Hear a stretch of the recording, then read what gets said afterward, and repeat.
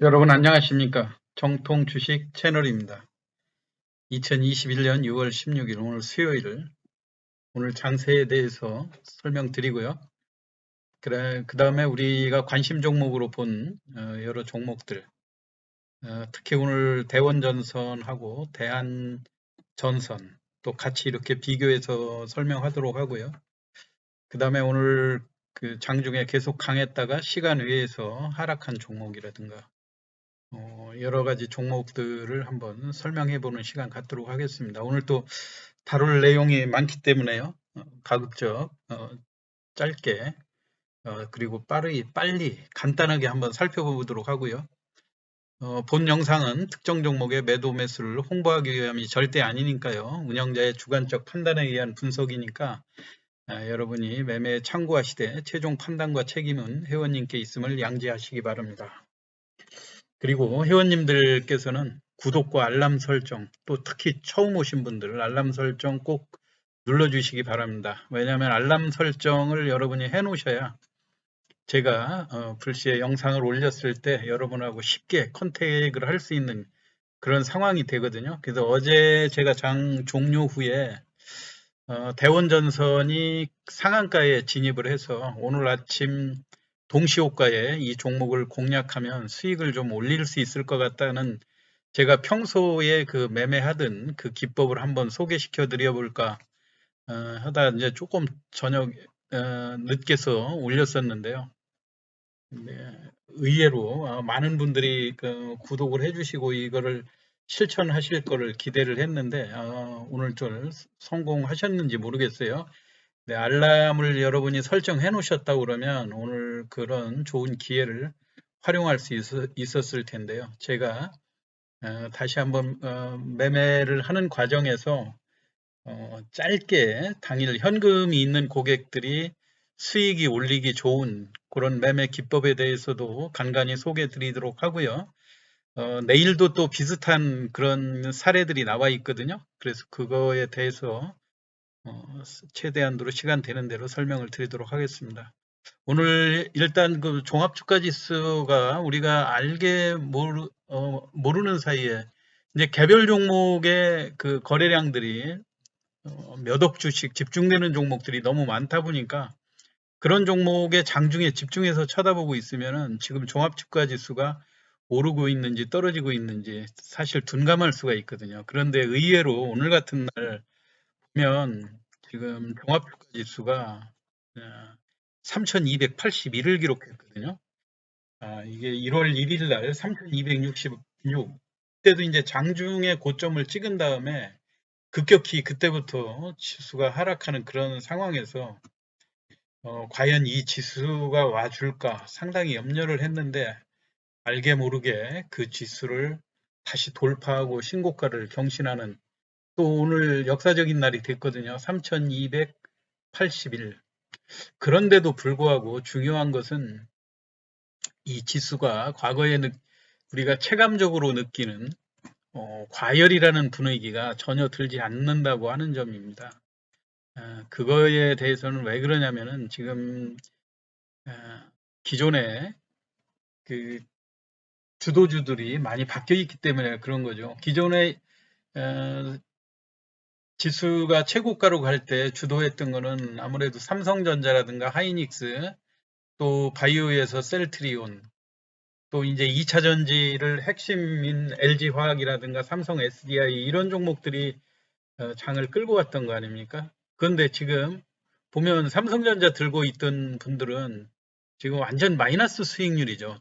지수가 신고가로 갔는데도 불구하고 이런 소외감을 느끼는 그러니까 이게 주도주의 자리가 바뀌면서 이런 현상들이 우리가 우량주라고 해서 마냥 좋아할 수만은 없다고 하는 것. 왜냐하면 이 시장에서 주도주의 자리는 끊임없이 그때그때 산업 사이클에 따라서 바뀔 수 있다고 하는 것을 실감할 수 있는 그런 상황이거든요.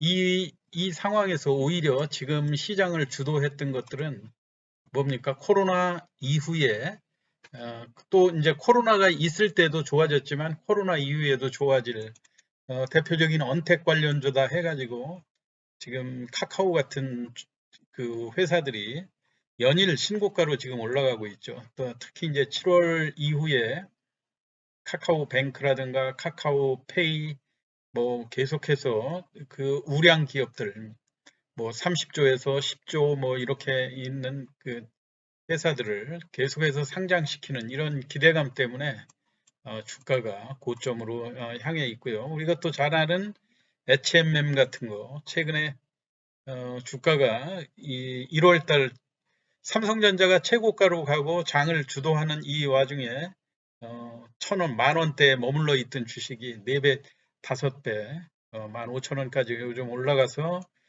과연 여기에서 지금 시비 전환을 하고 하는 것들이 이슈가 되고 있는데요. 이 와중에도 주가가 그렇게 빠지지 않으면서 다시 상승을 모색하고 있다는 것. 그러니까 실적이 안 좋다가 실적이 전환되는 그런 시점이 주가 상승이 크게 나올 수 있다고 하는 점 여러분들이 한번 참고해 주시기 바라고요.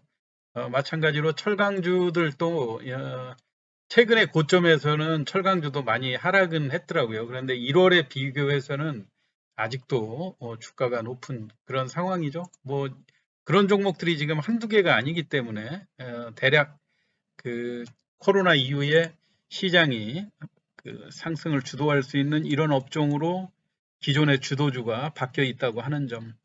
그리고 지금 상승을 할 수 있는 그런 요인도 뭐 코로나 이후에 경기 회복이 가시화된다든가 또는 해운, 철강, 화학, 건자재 등 각종 산업 소재의 원가가 빠르게 회복되고 있다 보니까 투자가 극도로 촉발되는 그런 상황이죠. 그래서 지금 제일 중요한 건 항상 투자 주체별로 볼 때 외국인이냐, 기관이냐, 개인이냐 이 세 그 투자 주체가 돌아가면서 시장에 매수 역할을 하고 장을 끌어올리는 역할을 하는데 지금 금년 그 장세가 하락할 때만 해도 외국인과 기관이 계속해서 매도하고 개인만 외롭게 매수하지 않았습니까? 그런 것들이 최근에 들어와가지고는 외국인들의 매수가 아주 심상치 않게 살아나고 있다고 하는 것을 장세 회복의 요인으로 우리가 꼽을 수가 있다는 겁니다. 여러분들도 그 추세로 지금 현재 보면 옛날에는 하락할 때 지속적으로 개인들만 이렇게 매수를 했었는데 금년 5월 이후부터 정확히는 이게 공매도가 시행된 이후라고도 볼 수 있겠죠. 5월 3일부터 공매도가 시행돼서 장을 상당히 불안하다 이런 양상이었는데 오히려 주가가 기관도 그동안 매도로 일관했었으니까 충분히 매수 여력이 살아나는 그런 상황이죠. 외국인도 매수에 가담을 하고 이렇게 하면서 장이 안정적으로 가고 지수가 고점이라는 그런 생각이 안 들어서 일전에 지수가 뭐 3,800을 간다, 뭐 4,000을 간다 그런 이야기들도 결코 그 근거가 없는 이야기는 아니었다. 그때 당시만 해도 공매도 시행하고 좀 이렇게 되면은 상황이 안 좋을 걸로 생각을 했었는데 시장이 훨씬 탄탄하게 가고 있다고 하는 점이 좀 긍정적으로 받쳐지는 상황이고요. 이제 카카오와 네이버도 지금 서로 그 시총 1위자를 놓고 오늘 다시 또 네이버가 소폭 제끼기는 했죠. 그렇지만 오늘 이제 네이버하고 이마트 컨소시엄이 이베이 코리아를 인수 우선 협상 대상자로 선정이 됐다고 하는 그런 측면에서 네이버도 만만치 않게 나올 수 있는 재료들이 있는데 결국에는 또 언제 다시 또 그 카카오가 제끼고 서로 앞서거니 뒤서거니 하면서 동반해서 상승할 수 있는 그런 흐름들이 많죠. 카카오는 카카오 게임즈라든가 뱅크 또 카카오 페이 나올 수 있는 재료들이 무한정 많거든요. 이렇게 생각을 하시고 오늘 또 쌍방울이 또 이스타나 항공 인수가 불발이 됐어요. 어제까지 쌍방울이 그렇게 강한 흐름을 보여주다가 오늘 또 느닷없이 이렇게 하락하는 그런 국면이기 때문에 오늘 그 장중 고점에서 무려 24% 하락을 하고 시간에 의해서 강력한 하한가로 마감이 됐거든요. 그래서 내일 역시 이 종목이 거의 하한가까지 하락한다 그러면 이 쌍방울도 그동안 몇 억 주씩 거래되면서 장세를 주도해 왔었는데요. 내일 추가로 하락하면 그 이스타나 항공을 재료로 해서 올랐던 것들이 고스란히 또 반납되는 그런 상황이거든요. 그렇기 때문에 단기 매매를 단타, 당일 매매를 좋아하시는 분들은 내일 저점에 공략할 그런 상황이 될 거다. 이렇게 말씀을 드리고요. 이제 하림이 이미 그 바닥권에 근접이 됐는데 오늘 약하게나마 상승 시도를 하다가 좀 무산이 됐거든요. 그런데 완전 바닥을 확인한 그런 상황이기 때문에 3,400원에서는 하림의 단기 반등을 노리고 매수를 해보셔도 좋지 않을까. 저는 그래서 하림 쪽도 좋다고 봅니다. 그리고 오늘 그 송영길 민주당 대표가 국회 연설에서 소형 SMR의 중요성을 강조하는 그런 연설을 또 했었죠. 그로 인해서 그 요지는 재생 에너지만으로는 단기적으로 탄소 중립을 이루는데 한계가 있다. 상당 기간 수소와 원자력, 재생에너지 등을 종합적으로 활용한 에너지 믹스 정책이 필요하다는 그런 내용, 그리고 한미 SMR 분야의 공동 협력 필요성이 또 이미 협력을 진행하고도 있고 또 진행할 필요가 있다, 이런 얘기죠. 그래서 오늘 한전 산업이 상한가까지 올라갔고요. 또 보성 파워텍, 우리기술, 광명전기, 어제까지 제가 광명전기가 단기 낙폭이 크다 했는데 어제 하루 또 조정하고 오늘 올라갔어요, 결국. 그러니까 기존에 많이 올랐던 종목이 조정하면 그런 종목을 매수해서 보유하고 조금 기다리면 결국은 또 수익을 내주는 그런 모습이거든요. 그리고 두산중공업 오늘 물론 이제 SMR에 관련된 그런 내용이기 때문에 오늘 장중에 25,900원까지 또 상승을 했었죠. 최근에 외국인들 매수라든가 또 주가의 그 조정폭을 감안해 보면 두산중공업이 이렇게 양봉을 보이면서 상승할 수 있는 그런 패턴을 갖추고 있거든요. 그 점을 눈여겨 보시면서 중기 투자하시는 분들은 관심을 기울이시면 좋을 것 같고요. 자, 그리고 어제 제가 대원전선하고 또 마찬가지로 대한전선 같이 놓고 말씀을 드렸었죠. 어제 대한전선이 요 지점에서 장대 양봉이 출현해서 이 장대 양봉이 출현하는 이런 시점, 그러니까 기존에 그 비록 저점이 아주 급격히 낮아지지는 않지만 바닥을 조금씩 다져가면서 장대 양봉으로 전환한 이 세력이 기관이었지 않습니까? 외국인이요. 외국인이었기 때문에 자, 이런 흐름이 나타나 줘야 대한전선은 상승으로 전환할 수 있다는 그런 말씀을 제가 드렸었는데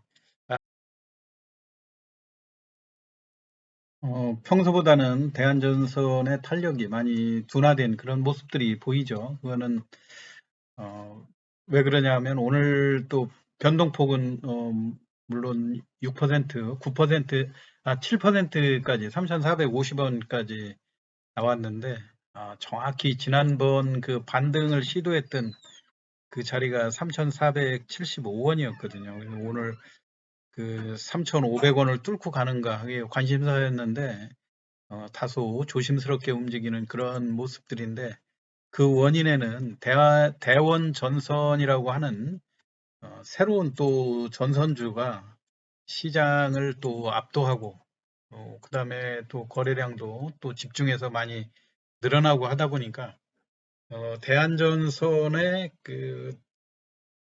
많이 모여있던 그런 일부 자금들이 대원전선으로 옮겨가는 듯한 그런 모습들이 많이 보이거든요. 왜냐면은 대한전선은 아무래도 1차 그 시세를 내고 지금 반등을 모색해서 추가로 그 고점에 털기 위한 그 개인들의 노력 이런 것들이 나오는 반면에 약간 지금 외국인과 기관들의 매도, 그리고 더 무엇보다도 공매도에 대한 부담 때문에 선뜻 이 종목을 끌어올리는 시도를 하지 못하는 게 역력히 보이거든요. 오늘 같은 날도 상당히 조심스럽게 접근이 됐었고, 반면에 지금 대원전선은 지금 비록 주가가 3,500만 주라고는 하지만 주식 수도 7,100만 주밖에 되지 않고 모든 면에서 훨씬 대한전선보다는 가볍거든요. 그리고 이제 시가총액의 개념도 2,500억밖에 되지 않고요.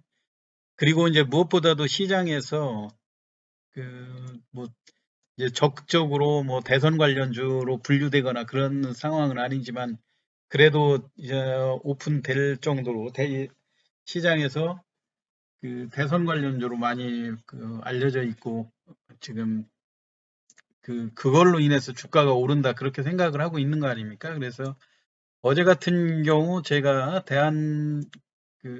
혹시 시간 되시는 분들은 제가 대원전선을 어제 상한가로 오늘 시초가에 공략하는 요령에 대해서 설명을 해드렸는데요. 잠깐 그것도 설명을 해드리기로 하면 일단 상한가로 진입을 할 때는 전일 이전에 상한가 쳤을 때 그 패턴이 어떻게 보였는가 그게 상당히 중요하거든요. 이때도 보면은 물론 이때만 해도 거래량이 이번처럼 그렇게 많지도 않았고 이게 상승 초기 국면이었기 때문에 잠깐 시세를 내주고 빠지는 그런 모습이지만 제가 포착했던 거는 시초가를 시작하고 잠깐 위로 올라오는 요 구간이 있었다는 얘기죠. 윗꼬리를 남기는 그 다음에 이제 되밀리기는 했지만 어제 같은 때는 이게 상한가라 하더라도 전고점을 아직 돌파하지 못한 그런 상황 아닙니까? 그리고 이때보다 시세가 훨씬 더 비싼 상황이긴 하지만 이때 시초가가 얼마에 시작하더라도 여기서 끝나지는 않을 거라는 확신이 생겼죠. 왜냐면은 이전보다 신고가로 올라가기도 하지만 대선 테마주라고 하는 또 강력한 무기들이 작용하고 시장에서 디지털 조선이라든가 신규로 대선주로 분류됐던 종목들이 대량 거래되면서 상승한 그런 경험들이 많이 있지 않습니까? 그것 때문에 일단 충분히 여기에서 보여줬던 이 윗꼬리보다는 조금 더 올라갈 거라는 그런 확신이 있었기 때문에 이 종목을 공략했던 거고요. 그리고 더 중요한 거는 이런 종목을 어차피 시초가에 공략하는 사람들이 어제 같은 때 이제 기관하고 외국인이 샀을 때는 여러분도 그 점은 잘 파악을 해 두시는 게 좋아요. 외국인하고 기관이 샀을 때는 아침에 허수성 매수들이 많이 나오지 않습니다. 개인들이 많이 샀을 때 이튿날 개인끼리 트릭을 쓰고 시초가가 강한 듯 해가지고 시초가에 털고 나오려는 그런 트릭을 개인들을 많이 구사하는데요. 외국인과 기관은 그런 매매를 하질 않거든요. 그냥 곧바로 살 거면 가격을 이렇게 정정도 많이 안 하고 딱딱 시장가에 맞춰서 매도, 매매가 깔끔한데 개인들은 수차례 정정하고 취소하고 이걸 반복하기 때문에 시초가 잡기가 좀 어려운데요. 이게 저 같은 상황에서는 이 시초가가 지난번에 여기에서 장대 음봉으로 밀렸던 이런 전례들이 있기 때문에 그렇게 높게 들어오지 못할 거다 봤는데 하여튼 오늘 3,100원에 시작하고 무려 28%까지. 근데 저 같은 경우는 어제 제가 강의를 하면서 너무 이게 못 팔으면 또 되밀리니까 좀 너무 욕심부리지 말고 한 5% 정도 선에다가 사자마자 걸어 놔라 그 말씀. 마치 제가 번갯불에 콩고 먹는다는 그런 표현까지 해드렸는데요. 이게 오늘 또 이렇게 대량 거래되면서 1억 6,200만 주까지 매수세들이 모이고 오늘 상한가 또 근방에서 또 밀리는 그런 모습이어서 당분간은 이 종목이 그렇게 쉽게 식을 것 같지가 않아요. 왜냐하면 우리 대한전선에서도 우리 많이 경험을 하지 않았습니까? 어떤 종목이 투자 주체별로 어떤 시세를 좌지우지할 수 있으면서 양봉이 그 양봉이 존재하는 한 그 시세가 조기에 마감되지 않는다 하는 것들이 저의 그 대한전선을 주장하면서 저의 지론이었지 않습니까?